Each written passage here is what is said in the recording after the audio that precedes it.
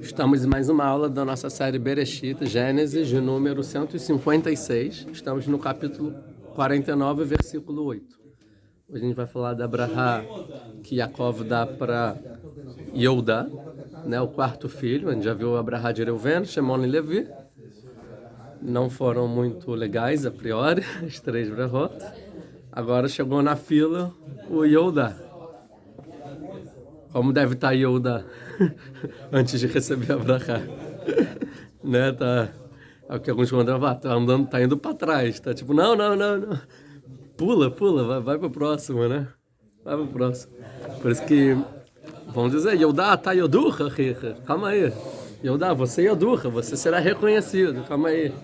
Não vai para trás. Vem que é bom. A brahá vai ser boa, né? Então, a gente vai ver a brahá de Yehudá. A gente já começou a falar aula passada. Na aula passada, eu li uma profecia de Ezequiel, que fala, que a gente vê claramente aqui, quando ele faz uma lamentação pelo fim do reinado em Israel, ele bota como analogia o leão, né? O leão, tinha lá o vinho, a videira, estava falando do cetro, quando ataca a presa. São as mesmas metáforas utilizadas na brahá de Yaakov. Então a gente consegue entender que Ezequiel, o profeta, ele meio pegou a referência de Yaakov, né? Ele viu, como Yaakov falou de Yehudá sobre o reinado.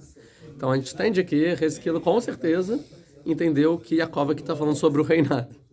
Então aqui já dá uma pista para a gente o que Yaakov quer dizer, que realmente é sobre a realeza, sobre o reinado, que a gente viu que, de acordo com a opinião do Rav Abravanel, é o assunto principal. Quem vai governar o povo de Israel?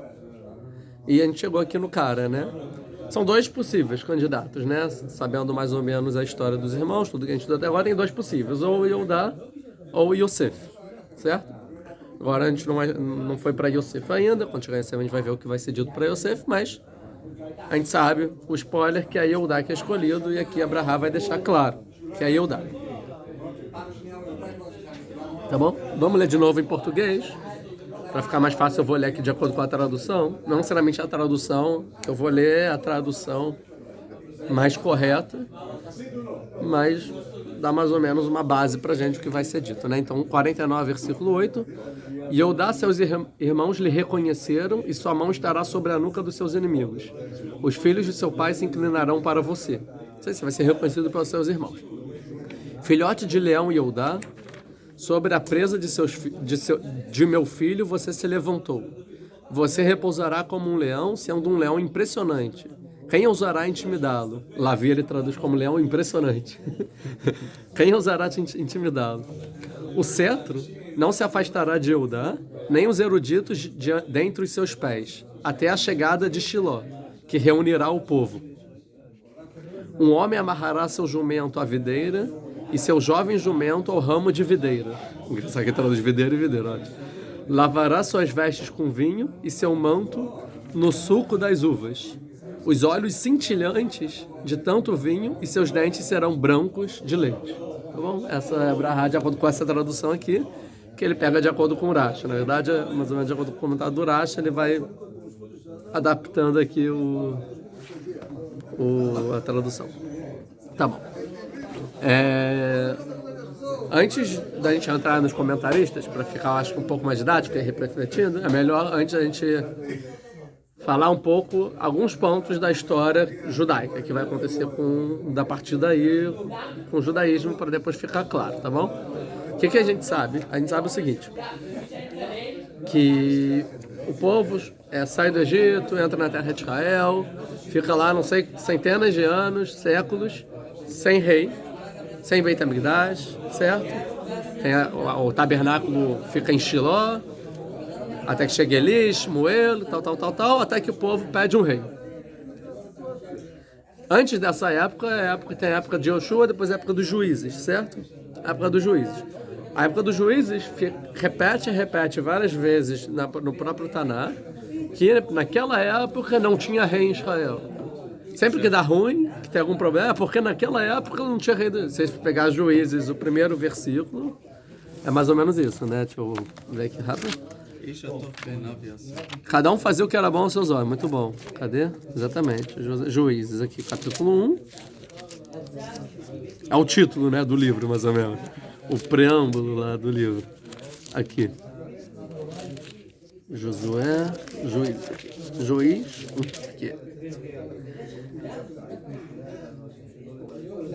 A gente vê aqui, ó, interessante. Depois da morte de Josué, de Yoshua, os filhos de Israel perguntaram ao Eterno, dizendo: quem subirá por nós primeiro aos cananeus para fazer guerra contra eles? Ou seja, acabou a liderança.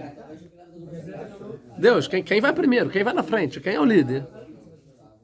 O que Deus respondeu? O Eterno disse: Yehudá subirá. Yehudá vai na frente. Aqui já tem uma dica de... o Yehudá vai primeiro. No deserto, quem é primeiro? Yehudá também, né? A primeira bandeira. Yehudá. Quem que inaugurou o mexicano primeiro? O príncipe de Yehudá. Yehudá sempre na frente, tá bom? E aí tem toda a história, e onde está a parte de cada um faria... que foi Nachshon ben Aminadav, né? Nachshon ben Aminadav, exatamente. Foi o que também abriu o mar.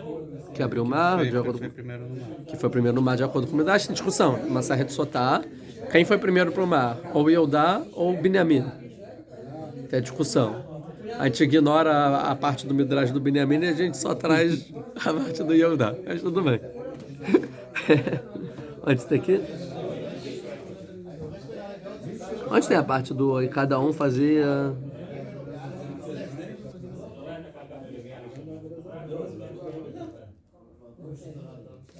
Não tem no início, deuses... Ou seja, tá bom, não achei. Não achei no início, mas tem no final também.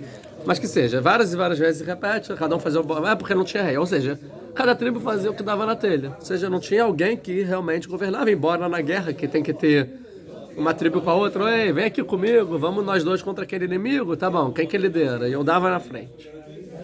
Mas cada um fazia o seu chofete, o seu líder, que ia lá por um momento determinado, morria e acabava. Não tinha uma centralidade, não tinha um exército organizado. A gente vê que isso vai dar bem ruim pro povo, que os irmãos, as tribos vão brigar entre si, quase Binyamin vai ser dizimada, como está no final de Juízes. Até chega Shmuel, a situação tá ruim, os Koanim corruptos, não sei o que lá. Ele morre, perdem o Arona Brita, é destruído Shiló. E aí o povo fala, Shmuel,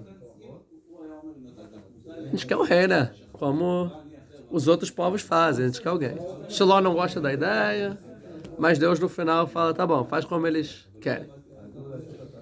E vem Shaul Amele, da tribo de Benjamim. Ou seja, não é de Eudá. Shaul, rei Saul de Binyamin. É o que Deus escolhe.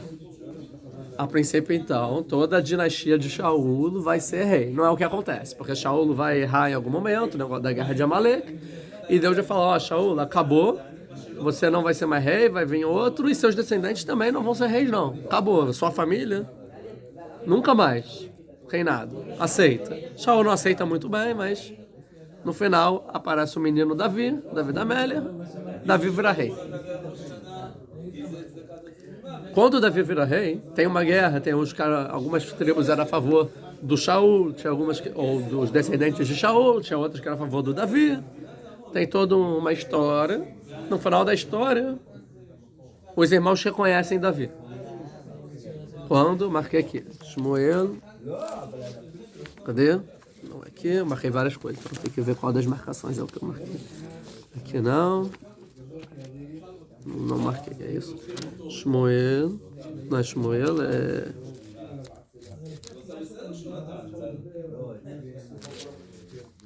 E aqui?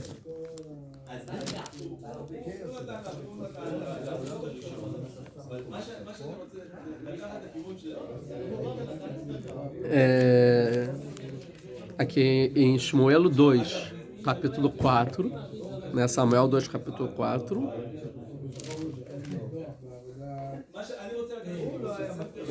Não, capítulo 5, como tudo se resolve a briga entre os descendentes de Shaul e ele, capítulo 5, Samuel 2, capítulo 5, versículo 1.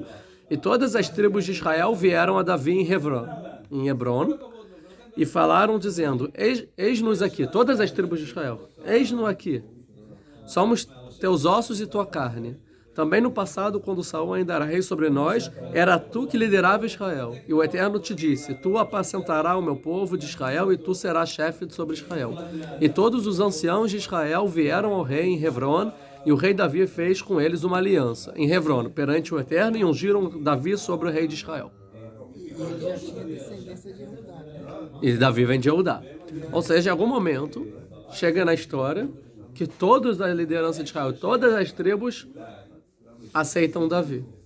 Que vai ser o que alguns comentários vão dizer, que seus irmãos te reconhecerão. Aqui na história.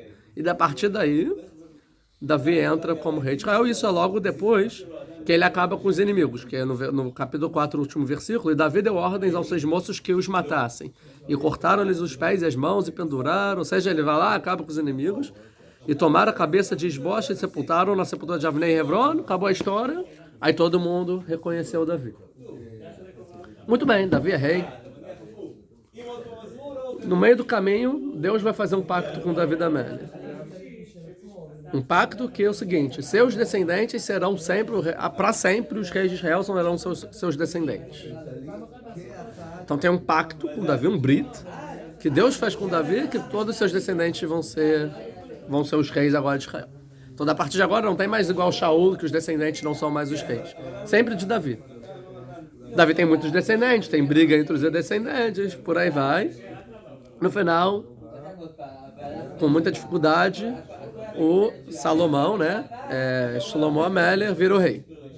Shlomo vira o rei e lá ele constrói o Beit HaMikdash. É o ápice, né, do povo, que Davi resolveu a guerra contra todos os inimigos. Aí veio Shlomo, recebeu e aí fez a paz, construiu o Beit HaMikdash, começou a ficar influente, ou seja, o ápice do judaísmo, né, é a época de Salomão. Era talvez uma potência pelo menos regional, para não dizer mundial. Era uma potência de qualquer forma, influência, pelo menos no local da região, tudo bem, tá bom? Até que Shlomo comete erros. Shlomo, ele faz as esposas de Shlomo, aquele cara tem muito cavalo, coisas que não podia o rei, no final Shlomo erra, certo? Nisso que peca, Deus fica zangado com Shlomo. Vamos ver se eu pelo menos eu marquei dessa vez. Aqui.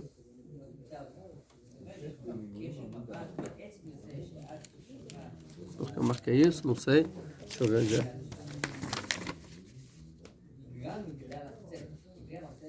Um segundo. Acho que é Melachim em Reis 11. É isso? Deixa eu ver.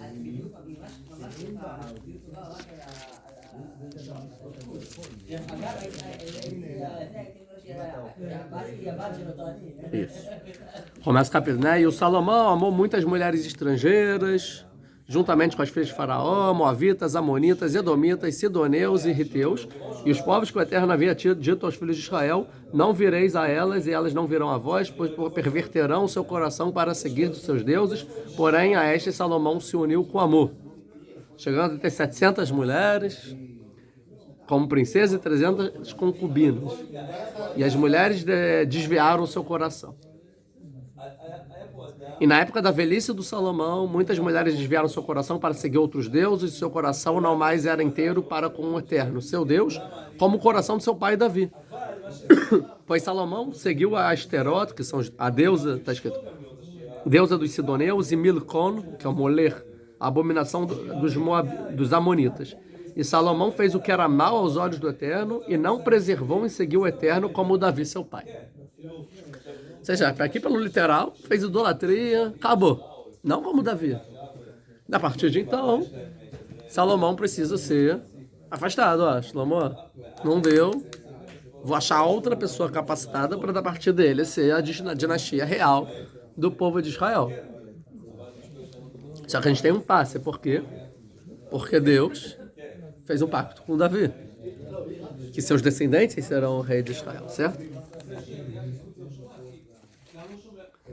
Aí fala, então Salomão construiu um altar para Quemosh, a abominação dos Moavitas, sobre o monte, que está diante de Jerusalém, e Amolê, ou seja, faz idolatrias, por aí vai. E o Eterno se zangou com Salomão, quando desviou o seu coração do Eterno, e o Deus de Israel, que lhe aparecera 2 vezes, ordenar-lhe a respeito disso, que não seguisse outros deuses. Porém, ele não respeitou, e o Eterno não respeitou o que o Eterno lhe ordenara. Tá? Deixou bem claro. Então o Eterno disse a Salomão, aqui é o ponto.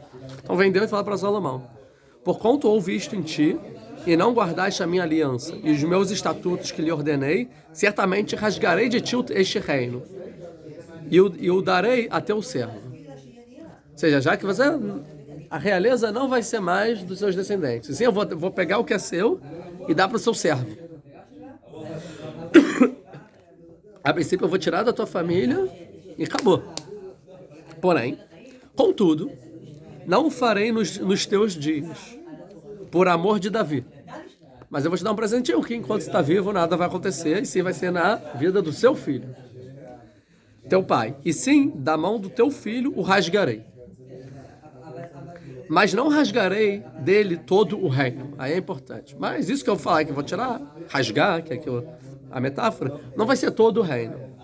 Uma tribo darei a teu filho, por amor ao meu servo Davi e por amor de Jerusalém que eu escolhi. Ou seja, mas como a gente tem um pacto com Davi, uma tribo vai ficar com você. Mas o resto vai para o seu servo. Que a gente vai saber que o servo dele é Yerovam ben Nevat. Jeroboão, filho de Nevat. Sei lá. Tá? Mas ele não era filho dele? O Jeroboão. Jeroboão não. Não, Jeroboão é outro. É o rei que vai fazer o reino de Israel, que vai ficar com as outras 10 tribos. Não, esse era o Jeroboão. Yerovam, isso, Jerobão, isso. Calma, os nomes se confundem, tá bom? Vai chegar lá. E o Roboão. Calma, a gente vai chegar. Calma, vamos chegar. Não era? E o Eterno levantou um adversário contra Salomão. Aí tem um... Beleza, então... A gente vê que o pacto sim se mantém com Davi, mas em pequena escala. Certo? Porém, é rasgado e não fica. Que no final vai vir com Yerovam, como eu falei. Que é o que vai falar no versículo 29, naquele tempo, saindo do Yerovam de Jerusalém, aí vem Arriá e fala, o reino vai vir com você, tal.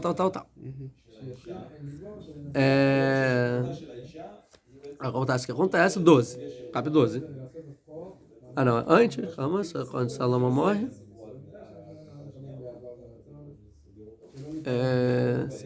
Aqui de novo. Estamos aqui no versículo 36. Pegar o contexto.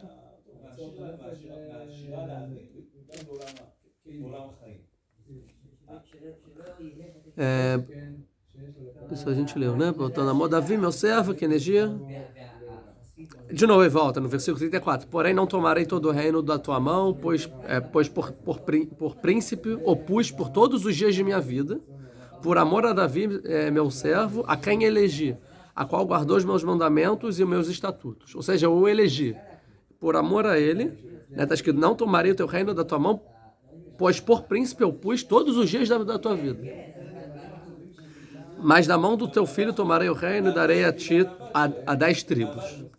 É interessante que ele fala que ele vai dar para o outro 10 tribos e que por amor a Davi, antes ele fala que ele vai ficar com uma tribo, né?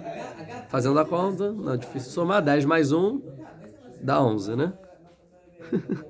Ou tem uma tribo que não é dita, não está dentro, que no caso a gente vai ver que é Binyamin, certo? Não é a aula de hoje, mas a gente vê que Binyamin não está nem na contagem que fica, nem na contagem que vai. No final a gente sabe que Binyamin fica, mas não estava na profecia. Deus não falou isso para Salomão, né? Mas também não disse que ia. E se ouvir... E tomarei a ti, reinarás sobre tudo que desejar a tua alma e serás rei de Israel. Cadê? Isso. E a seu filho darei uma tribo, para que Davi, meu servo, sempre tenha uma lâmpada diante de mim em Jerusalém, a cidade que elegi, para pôr-la o meu nome. E tomarei a ti, reinarás sobre tudo que desejar a tua alma e serás rei sobre Israel. E se ouvires tudo que eu te mandar, andareis no meu caminho e fizeste o que é reto aos meus olhos, guardando o meu estatuto. Ou seja, se ele fizer tudo bom, teu filho, como fez Davi, meu servo, eu serei contigo e te edificarei uma casa firme, como edificarei para Davi e te darei Israel. E por isso afligirei a descendência de Davi, porém não para sempre. Tá, ele falou pesado com Salomão, né? E onde tá, e o filho de Salomão no que vira rei é o Rehovam, e não o Yerovam. É o Rehovam. Uma letrinha aqui, ou seja, um é o Jeroboão e o outro é o Roboão. Uma coisa assim. Rehovam e Yerovam. Rehovam, filho de Eudá, filho de Shlomo. E Yerovam é o que vai ficar com as 10 tribos, era o servo de Shlomo. E Rehovam foi para Shem. Então no final, Rehovam, depois que morre, né? Aqui. E o tempo de Salomão reinou em Jerusalém sobre todo Israel foi 40 anos, e Salomão repousou com seus pais e foi sepultado na cidade de Davi, seu pai. E seu filho Rehovam, Roboão, passou a reinar em seu lugar. E Rehovam foi para Shem, porque todo Israel veio a Shem para fazê-lo rei. De novo, então, assim como a gente viu que Davi, todo mundo veio fazer rei Davi, né, na cidade de Hebron, aqui em Shem, todo mundo foi fazer o Rehovam rei, porque ainda não aconteceu nenhuma treta. Embora Yerovam já soubesse que ia dar treta, porque o profeta Ahiash Sheloni contou. Mas quando ouviu que Yerovam ben Nevat, que ainda estava no Egito, para onde fugiram de diante do rei Salomão, Yerovam estava no Egito, e mandaram chamar Yerovam e toda a congregação de Israel, vieram e falaram a Rehovam, dizendo: teu pai agravou o nosso jugo, que Shlomo aumentou muitos impostos, né? Agora, pois, alivia a dura servidão de teu pai e o seu pesado jugo que te impôs, e assim nós te serviremos. Ou seja, os impostos estão muito altos. Vamos fazer assim? Tu diminui os impostos e tá tudo ok. A gente vai te servir. Então o Rehovam vai ter um impasse. Diminua ou não aumenta os impostos, entendeu? É isso que ele vai fazer. No final ele vai consultar os anciãos, né, antigos, que era do pai dele, e os anciãos vão falar: diminui os impostos.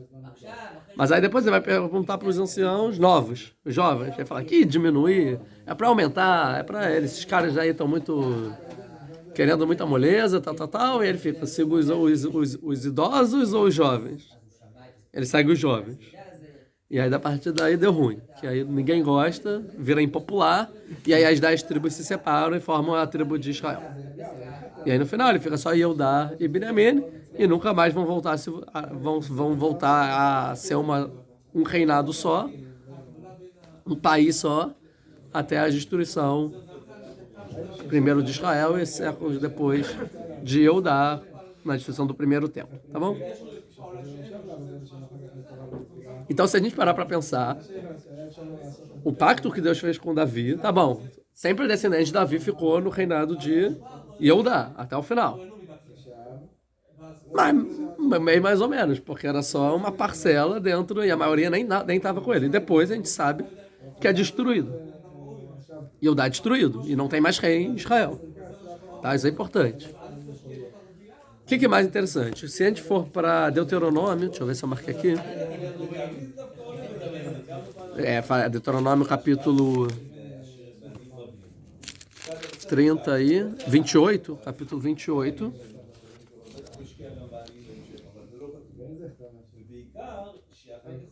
Tá aqui, versículo 36, que é as clalotas, maldições, que Moshe está falando para o povo, né?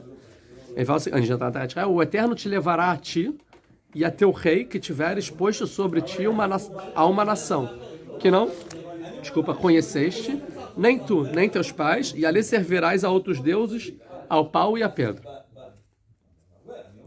E virás a ser pasmo, provérbio e objeto de conversa entre todos os povos aos quais o Eterno te guiará.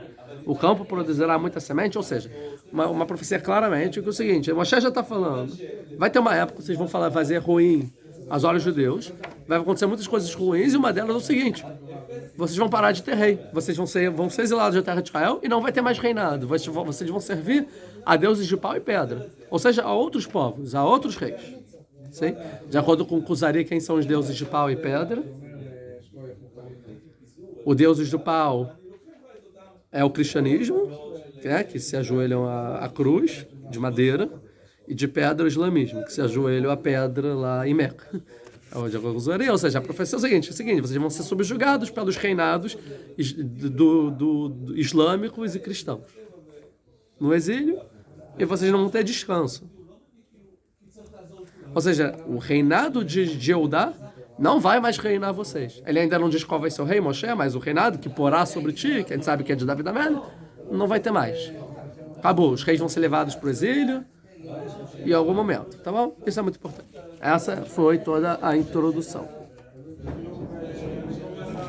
Só mais 2 versículos em Tehillim, só para a gente deixar claro aqui. Primeiro Tehillim 78, acho que eu deixei marcado, 78, versículo 60. É Davi falando, né? Rei Davi que escreve o Tehillim. Princípio, e ele fala o seguinte.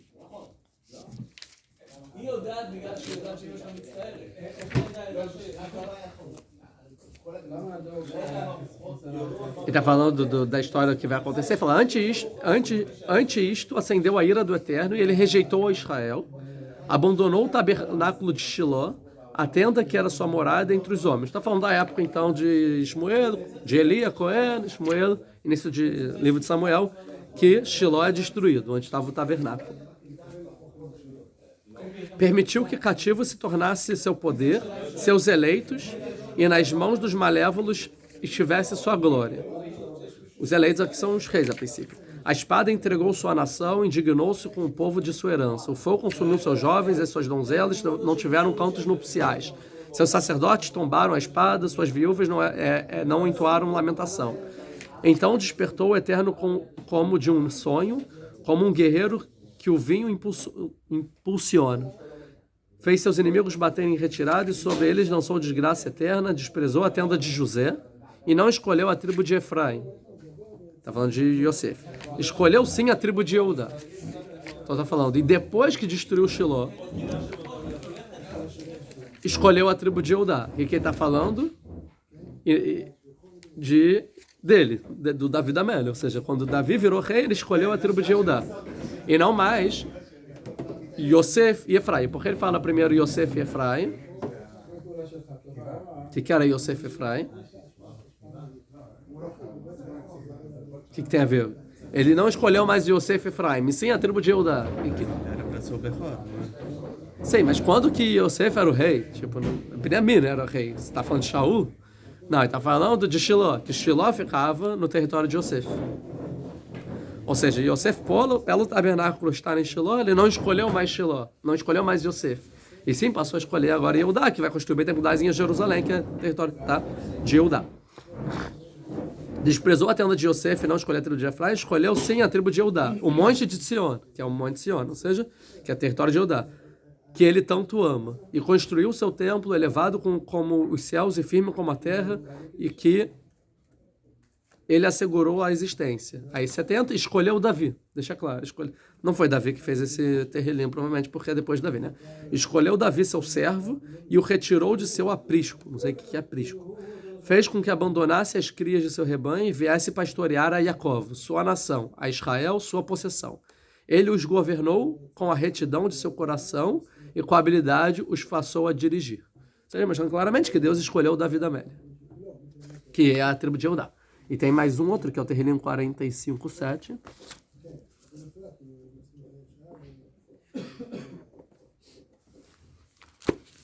Cadê? 45:7. Aqui. 7.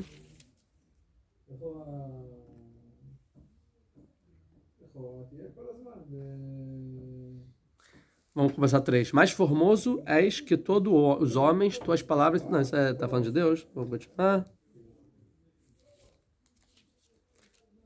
Aqui, 7. E teus pés se submeterão a muitos povos. Teu trono, estabelecido por Deus, é eterno, e retidão é o cetro da tua realeza. É que a gente não está muito... Um segundo. Não, está falando de Davi da Melha, esse Tehillim, tá? Então, de novo, vamos voltar. 3. Mais formoso és que todos os homens, tuas palavras são pronunciadas em volta de graça, certamente uma bênção eterna te concedeu o Altíssimo. Está falando para Davi, tá? Isso. Cinges tua espada ao flanco, ó herói, em teu esplendor e glória. Conquistarás vitórias, pois cavalgas pela causa da verdade, da humildade e da justiça, que tua destra te conduza a realizar feitos maravilhosos. Tuas afiadas setas penetrarão nos corações dos inimigos do rei, que tem a ver com a Parahá que a gente vai ver de Eudá, e teus pés se submeterão muitos povos. Que também tem a ver com a Brahá que a gente vai ver de Eudá. Teu trono, estabelecido por Deus, é eterno. Tem a ver com a Brahá de Eudá. E retidão é o cetro da sua realeza. Também tem na Brahá de Eudá. Amas a justiça e abominas a maldade. Por isso, o eterno teu Deus te ungiu com óleo de júbilo dentre todos os teus pares. Mirra, aloés e caça exalam as tuas vestes. De palácios de marfim, instrumentos musicais entoam para ti melodias. As filhas dos reis te visitam. Então, está falando do Davi, como ele foi escolhido. Aí no final, com trajes recobertos de bordados, é conduzido ao rei, virgens de seu séquio o acompanharão. E com regozijo, a alegria entrarão no palácio do rei. Teus filhos sucederão seus pais, como líderes para toda a terra. Ou seja, a descendência vai continuar. Em todas as gerações lembrarei teu nome, e eternamente hão de louvar a todas as nações. Ou seja, isso é importante. Tá? Em todas as gerações lembrarei teu nome, ou seja, de Davi da Amélia, vai ser lembrado em todas as gerações. Terrilim 45. E eternamente hão de louvar todas as nações. Isso acontece na prática? Todas as nações, eternamente, não, porque acabou o reinado de Israel. Então, como as nações vão... Então, talvez aqui, uma profecia que no futuro, descendentes de Davi, todas as nações vão reverenciar. E por último, que é o que eu queria, que é em Crônicas 2, Livrei Amim 2, que aí por aí a gente para de Passuco, tá? É Crônicas 1.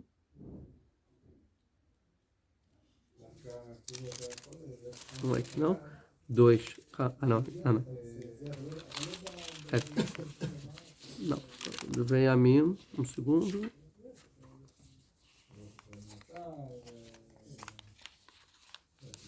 28:4. O que eu quero ver aqui?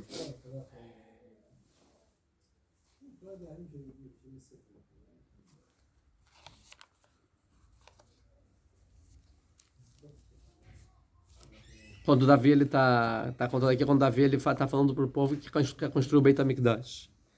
Então o rei Davi se pôs de pé e disse: ouve-me, meus irmãos e meu povo. Em meu coração eu havia proposto edificar uma casa de repouso para a arca da aliança do Eterno e para o assento dos pés do nosso Deus. E tinham feito os preparativos para edificar. Mas Deus me disse: tu não edificarás casa do meu nome, porque és homem de guerra e tem derramado muito sangue. Todavia, o Eterno, o Deus de Israel, escolheu-me de toda a casa do meu pai para ser rei sobre Israel para sempre. Esse para sempre é importante porque escolheu a Yehudá. Isso é importante. Porque escolheu a Yehudá por príncipe. Ou seja, Yehudá foi escolhido como príncipe. Quando? Com Jacob aqui. Né? E na casa de Yehudá, a casa de meu pai, e entre os filhos de meu pai, se agradou de mim para me fazer rei sobre todo Israel. E de todos os meus filhos, pois o Eterno me deu muitos filhos, ele escolheu o meu filho Salomão para se assentar no trono do reino do Eterno sobre Israel, e me disse: teu filho Salomão edificará a minha casa e os meus pátios, porque eu escolhi para me ser por filho, e lhe serei por pai. E estabelecerei o seu reino para sempre. Deus falando para Davi: estabelecerei seu reino para sempre, se ele preservar e cumprir os meus mandamentos. Então aqui tem uma cláusula de acordo aqui. E os meus juízos como fez hoje. Então essa parte é importante. Por último que eu queria era o Divrei Amim 2:13. E aí? 13, versículo 5.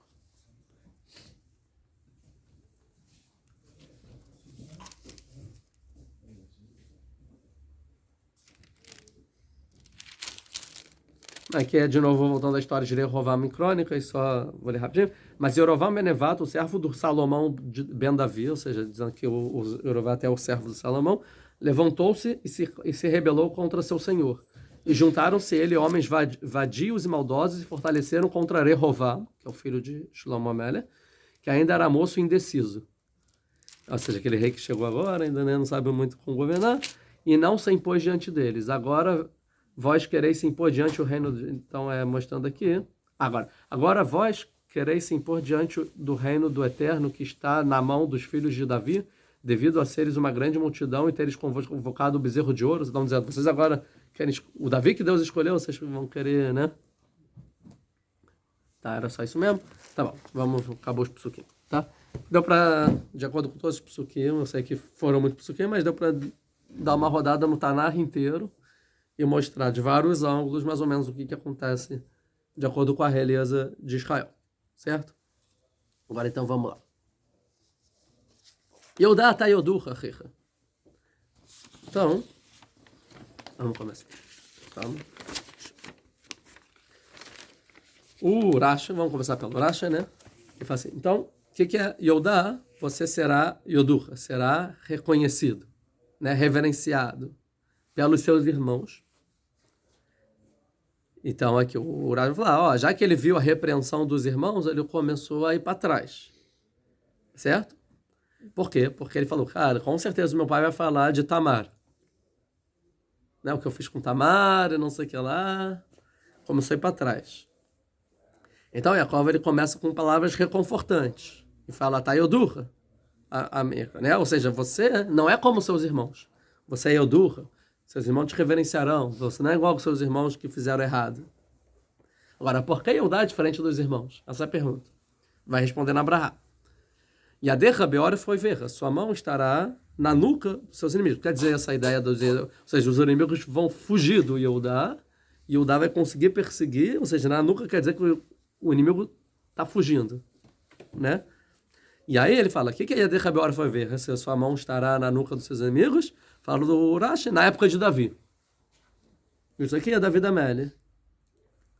Querendo dizer o seguinte, que Davi vai reinar os irmãos e governar. Em que momento?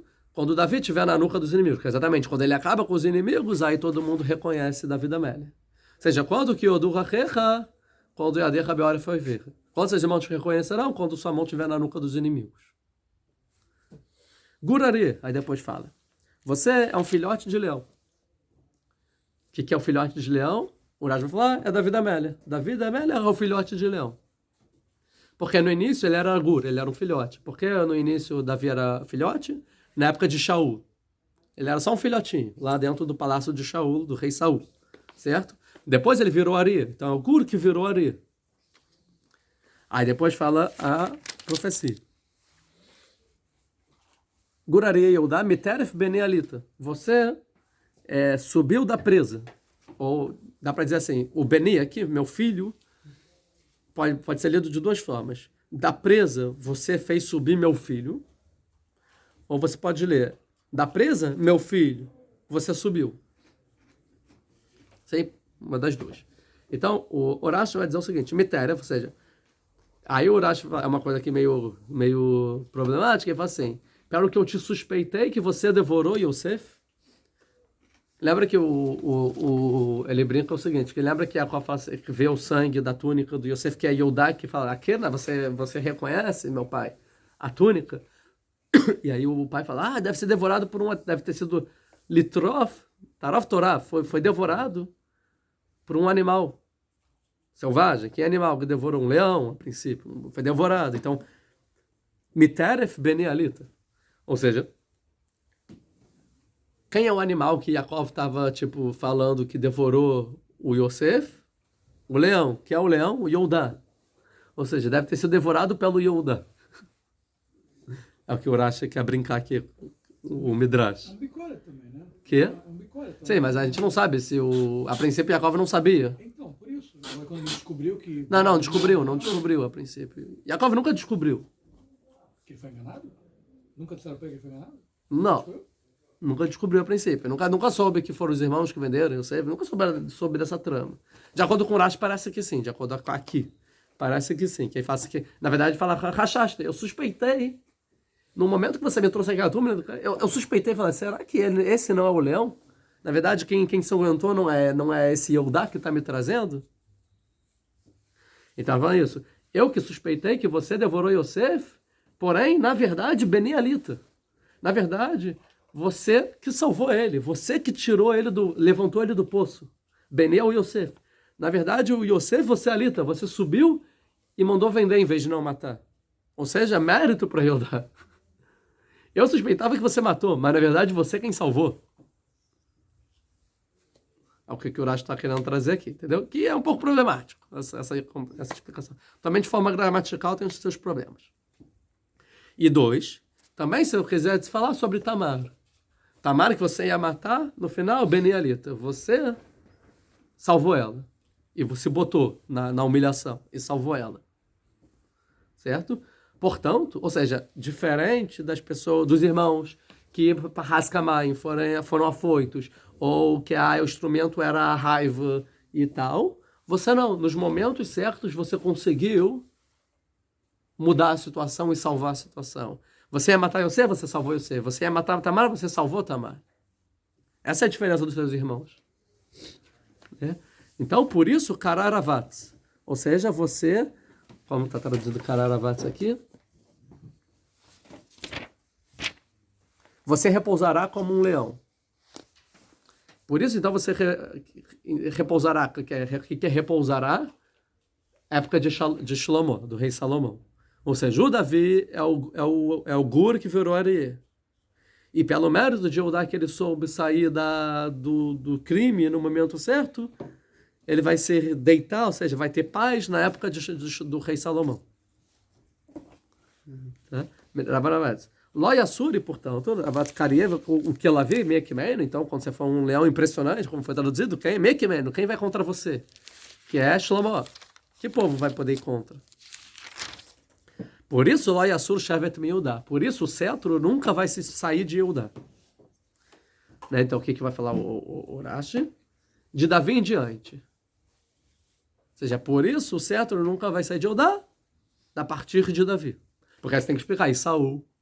E antes, saiu, não era? Não, da partir de Davi, ou seja, Urashi, e aqui é o primeiro ponto importante. Para o Urashi, essa profecia é da partir de Davi, porque o Gurare é o Davi. Então está falando de Davi em diante. Ou seja, pelo mérito seu e Eudá, você vai ter Davi, a partir de Davi vai começar a ter Davi, depois a profecia falar de Salomão, e por isso o cetro nunca vai sair de Eudá, porque ele vai estabelecer um reino para sempre, tal. Só que é um problema, porque essa profecia está falando de Davi e não de Eudá agora. Porque... E 2, e depois que foi destruído o templo, não parou de ter reinado em Israel? Então como assim nunca vai sair da partir de Davi? Então Urashi vai falar o seguinte, de Davi em diante. O que é de Davi em diante?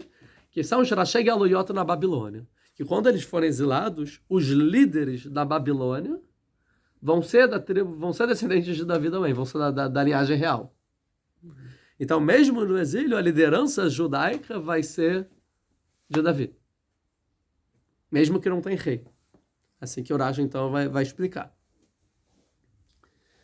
E eles podiam realmente repreender o povo, julgar o povo e liderar o povo. Tá bom? Aí continua. O Mechokek Ben Raglav, um legislador, um escriba, dentre os seus pés, tá falando, são os alunos dos líderes da Babilônia. Que quem são? Os príncipes de Eretz Israel. Quando ainda tinham judeus em Israel, os príncipes em Eretz Israel, que eram subjugados aos Roshei Galuyot, os mais importantes, os líderes na Babilônia. Então eles também aprendiam com os líderes da Babilônia. Ou seja, também as lideranças em Israel também eram de Eudá. Tá? Tem uma opinião interessante que é que os escribas estarão entre seus pés. Está falando aqui dos professores de Israel, que a gente viu aula passada, que é da tribo de Shimon. Que Shimon ia dar os escribas, que iam ter que ir de cidade em cidade e tal. Ou seja, a tribo de Shimon estará nos seus pés, porque a gente sabe que o território que Shimon ganhou ficou dentro do território de Eudá. Ou seja, o Shimon vai estar dentro do seu território. Explicação interessante. Mas só entre parênteses, tá bom? Não é Urashi. Tá? Ad, aí começa. Ad que avó Shiló. Isso tudo, no exílio e tal, até que virá Shiló. E é a palavra que não quer calar. Que é Shiló. Né? Que é uma palavra que não é muito conhecida. O que é Shiló? Fala Urashi. Rei Mashiach. Shiloh é o rei Mashiach, é o Melech HaMashiach. Então, até que vai vir Mashiach. Ou seja, a liderança será dos descendentes de Eudá até que virá Mashiach no futuro, que vai ser de Eudá, vai ser descendente de Davi. Essa é a profecia, né? E aí continua, Shiloh, Veloik Hatamim. E com ele uma congregação de povos, vai juntar muitos povos. Ou seja, ele juntará os povos do Mashiach, o mundo inteiro, que a gente viu, uma das profecias que a gente leu aqui no Taná, que todos os povos no futuro, para todo sempre, vão louvar Davi. É o rei, é o Mashiach. É em Terrilim 78, final. Continua. Osrei Lagefen Niró, ele vai amarrar no jumento, no seu vinho, né, na sua videira, né? O que quer dizer isso? Ele profetizou que a porção da terra de Eudá, ele muda um pouco o assunto. Então agora vai falar da terra de Eudá. A terra que Eudá vai receber vai ter muito vinho, como manancial. E um homem de Eudá vai poder amarrar um jumento na vinha e carregar com um jumento apenas um cacho de uva, entendeu? Com um cacho de uva, um jumento inteiro. Ou seja, que vão ser uvas grandes e frutas grandes. É isso que o Urash vai falar. A mesma coisa falar da próxima parte, que Velasereká Beniatonó, que é a mesma coisa, que é uma videira também, não sei a diferença de um ramo de uva, sei lá. Vai também um filho de jumento, né, carregar, mais ou menos uma ideia. Que Besvaiaim, depois fala, você vai lavar no vinho sua roupa, ou seja, quer dizer que tem muito vinho, fartura, e depois o Bedama na vinho só toma uma coisa, e no sangue da uva, o seu manto, mesma coisa, que é a roupa, ou seja, mesma coisa, muito vinho, né? Aí depois, Halilei enai meiai, vão estar cintilantes. O que é cintilante? Seus olhos já brilhando, seus olhos mas a ideia aqui é avermelhado os seus olhos de tanto vinho. Ou seja, o Urash vai falar avermelhado, ou seja, ele fala, quem bebe muito vinho fica com o olho avermelhado. Ou seja, tanto vinho, vai estar toda hora um pouco bêbado, ou seja, vai beber muito, tem muito vinho. E mechalav, muito leite, ou seja, vai ter muito leite, ou seja, pois a terra dará um bom pasto de rebanho e tudo mais. Então esse é o Urash. O Urash vai trazer o Onkelos, que é diferente da opinião do Urash. O Onkelos vai falar o seguinte: toda essa parte aqui do Geffen e tal, do vinhedo, está falando do Mashiach também. Então o Onkelos vai falar o seguinte: o que é Geffen? Que vai falar que vai amar Geffen é Israel. É uma analogia a Israel. Iró, a sua cidade, que fala aqui, onde estamos, Osrei la Geffen Iró, que vai amarrar na Geffen, ou seja, a Geffen é Israel. Iró, que a gente falou que é o seu jumento, ele vai traduzir Iró, é a sua cidade, que é Jerusalém, Yerushalayim. Tá? Depois que ele vai falar Velasereká, que também aqui é vinho, né? Também é uma analogia a Israel.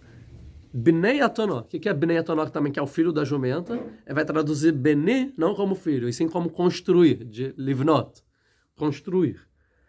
E Atonó seria então construção do seu templo.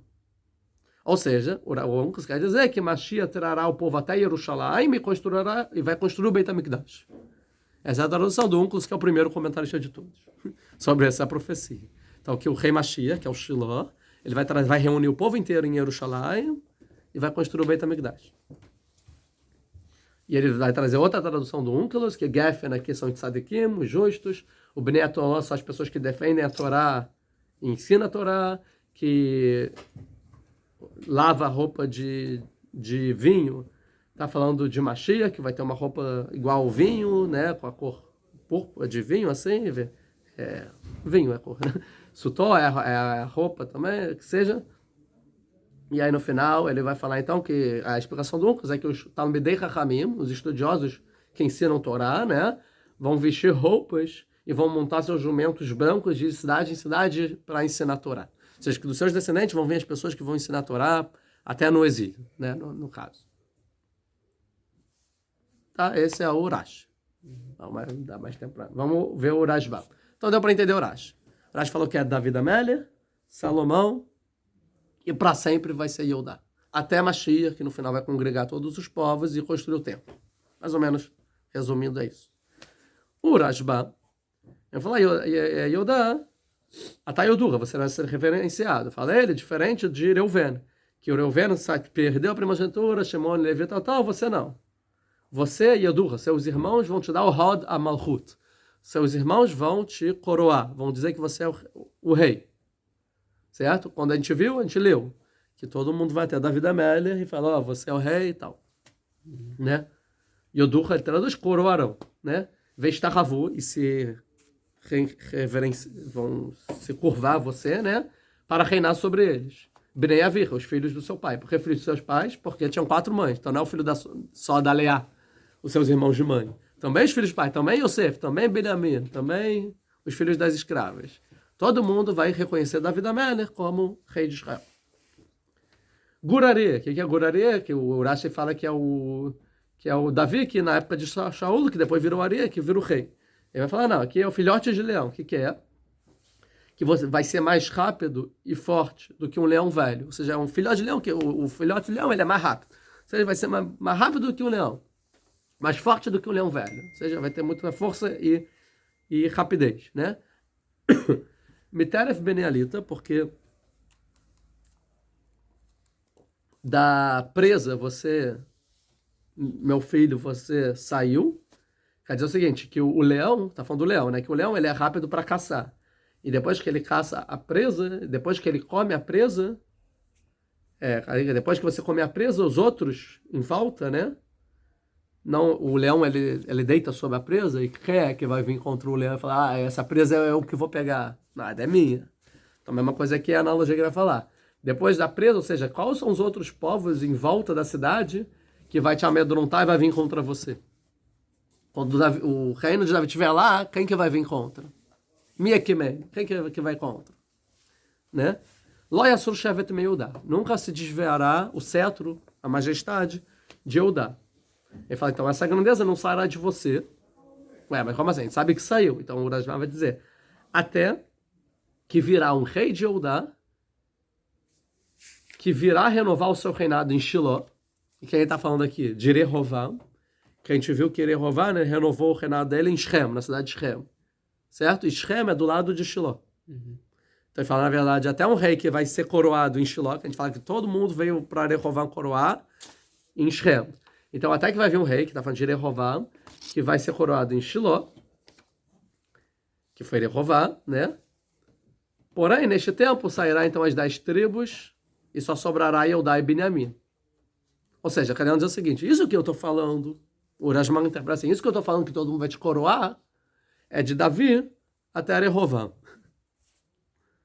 Entendeu? É isso que quer dizer. Ou seja, essa profecia toda é para Davi, Shlomo, e até a época de Rehovam vai acabar. Essa é a profecia. Vai ter Davi e Shlomo. Todo mundo vai te reconhecer. Até Rehovam. A interpretação então do Rashba. É isso que eu botei aqui. E Veló e Katamim, com você, muitos povos, porque a gente vê na época de Rehovam, vários povos vieram coroar também o Rehovam, depois de Shlomo, né, que era influente e tal, mas depois perdeu tudo. Ou seja, Jacob estava dizendo que a principal grandeza de Eudá será de Davi até Rehovam. E daqui se subtende que depois de Shiló, Eudá vai diminuindo, vai perdendo sua força. Então é uma boa explicação, porque realmente é compatível com a realidade. Porém, tipo assim, uma profecia toda para dizer de 2 gerações daqui a 1000 anos, entendeu? Isso tudo para só isso? Só para falar de Davi e Shlomo? E ele tira da profecia, nada de Mashiach, nada disso. Olha, o Shiló ele interpreta como seu filho, Sheló. Shiló vem da palavra Shiliá, Shiliata, de placenta. Shiló, porque tem a palavra Shiliata beben raglav, é uma maldição, que seriam os filhos de suas pernas. Então Shiló é seu filho, até que vai vir o filho de Shlomo, que vai ser coroado também em Shiló. Seria uma das 2 opções, tá? O Sarela Geffen, e depois fala que vai prender no jumento, mesma coisa que o jumento vai carregar um único cacho, tal. Aí depois, que Bess Bayaim e Evoshó, que ele vai limpar no vinho, né, sua roupa. Quer dizer que é o seguinte, que quando eles fazem o vinho, que tem que pisotear as uvas, né, e bebem depois o vinho lá nas uvas, a roupa fica toda de vinho, ou seja, vocês vão trabalhar com vinho, vai ter muito vinho. E o vermelho dos olhos é a mesma coisa que o Urash falou. Esse é o Rashba. Vamos mais o Ibenezer. O Ibenezer fala, Yodu Hatá, você é reverenciado. brincando com o nome. Da mesma forma que seu nome é Yehudá, saiba que seus irmãos vão te reconhecer. Yehudá, Yehudá, é o mesmo radical de reconhecer. Então seus irmãos vão te reconhecer. Mas quando que seus irmãos vão reconhecer? No momento que eles verem que a Derra Beora foi ver. Quando eles verem que sua mão está na nuca dos inimigos. Quando é isso, Davi da Amélia. Antes desse coroado, que ele acaba com os inimigos, aí vem todo mundo e reconhece. Um pouco parecido com o Darash. Então, está Ravolecha Bnei Avicha. Ou seja, então, a partir daí, seus irmãos então, todos vão te reverenciar como um rei. Gurari, que é o filhote de leão, você é comparado como um filhote de leão, que quando crescer será um leão. Ou seja, você é um leãozinho. Yodá. Mas sabe quando você crescer, ou seja, na época de Davi, você vai ser um leãozão. Entendeu? Gurari é você, Yodá. Porque vai ser um Ari lá no futuro. Miter Benealita, que você se levantou do filho, né? Que vai falar, então, que é a comparação do leão quando volta da prisa, né? Quem vai contra ele e tudo mais. Que o leão, depois de devorar, ele se deita sobre seus joelhos e nenhum animal consegue tirar o leão, fazer que o leão saia, né? Fuja. Então, Lo Yassur Shevet Meuda, que o cetro nunca vai sair, ou seja, a grandeza de Eudá nunca vai sair. Aí fala o Ebenezer, até que vai vir Davi da Amélia. Ou seja, até Davi, Eudá vai ser o mais importante dentre todas as tribos. Então, até Davi, não da parte de Davi, como falou Urash. O que quer dizer isso? Ele era o primeiro das bandeiras no deserto, o primeiro a andar, o primeiro na guerra. Quando falou, quem sobe? Eudá sobe, início de Shoftim, primeiro na Hanukat HaMizbeah. Então, vai ser o primeiro até Davi da Amélia. Que com Davi vai ser estabelecido um pacto. Tá? Depois fala Shiló é o filho, você está falando do filho de Davi, de Shlomo. Depois Ikatamim, que a gente falou que é uma congregação de povos, né? Ele fala isso, que muitos povos estarão sobre Davi e Shlomo. E não que na época de Mashiach. E sim que vai ter uma congregação de povos na época de Shlomo e na época de Davi.